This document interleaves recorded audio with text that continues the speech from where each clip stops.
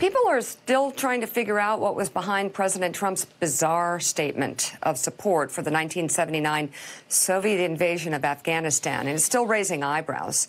Here again, what he said on Wednesday. Russia used to be the Soviet Union. Afghanistan made it Russia because they went bankrupt fighting in Afghanistan, Russia. But Russia should be fighting. The reason Russia was in Afghanistan was because terrorists were going into Russia. They were right to be there.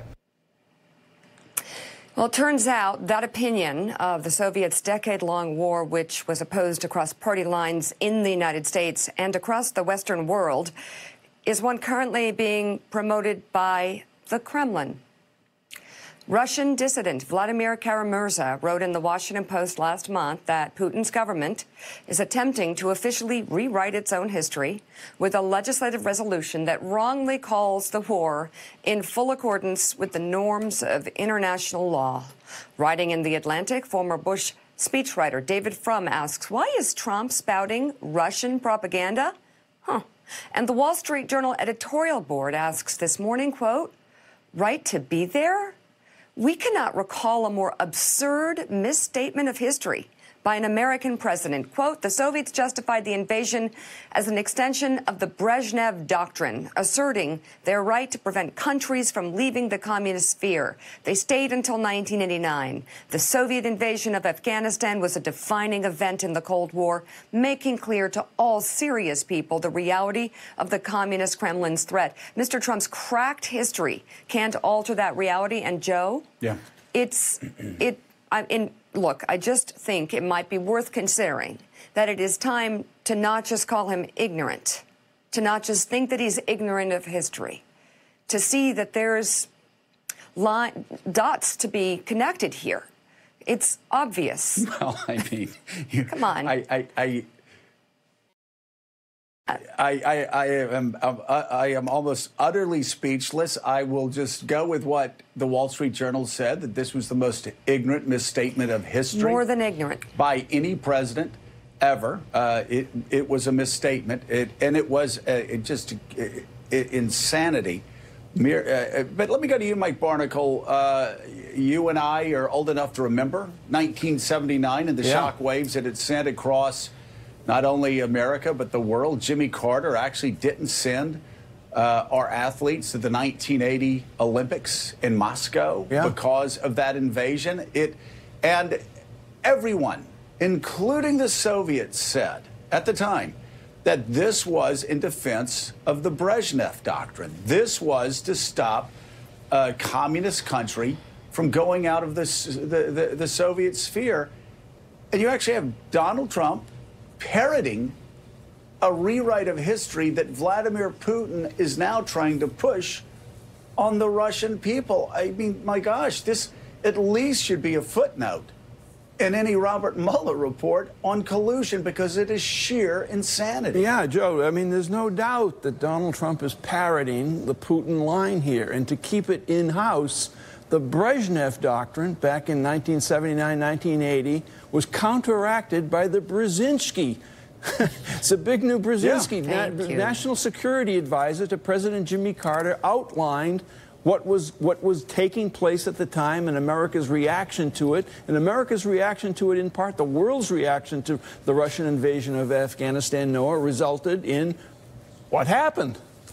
Yeah, well, obviously the Soviet Union's isolation. I think Hanlon's razor applies here, which is indictment enough that this is less malice and more ignorance. The president said that the Soviets combat terrorists, which I think maybe he was thinking of Chechnya. It had nothing to do with that. It was to prop up a Soviet satellite government.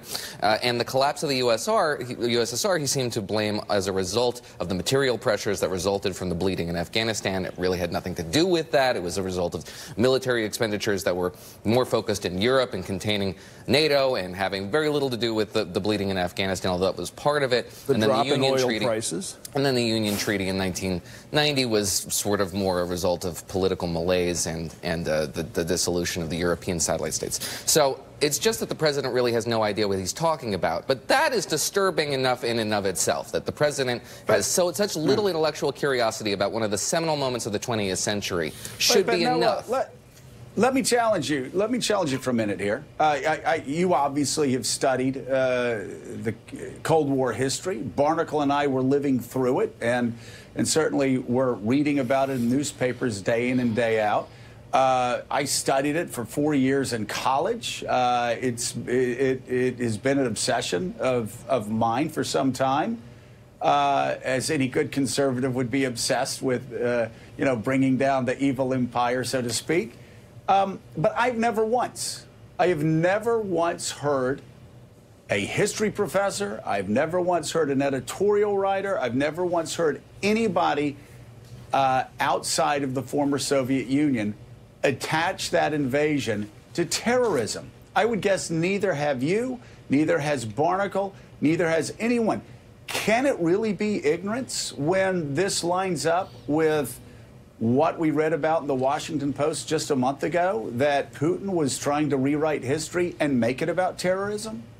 Well, it's such a fringe belief within the Kremlin's circle. I mean, this is revisionism that sort of just sprang up. There's a cult of Stalin within a very, again, a fringe element within the Putinist circles in Russia that is sort of gaining prominence, but it is, again, very isolated, very marginal. So to say that he is that plugged in to that kind of thinking within Russia suggests that there is a very narrow pipeline between this president and some very marginal elements within Russia. That's sort of hard to imagine. Again, well, it's more... You keep saying marginal.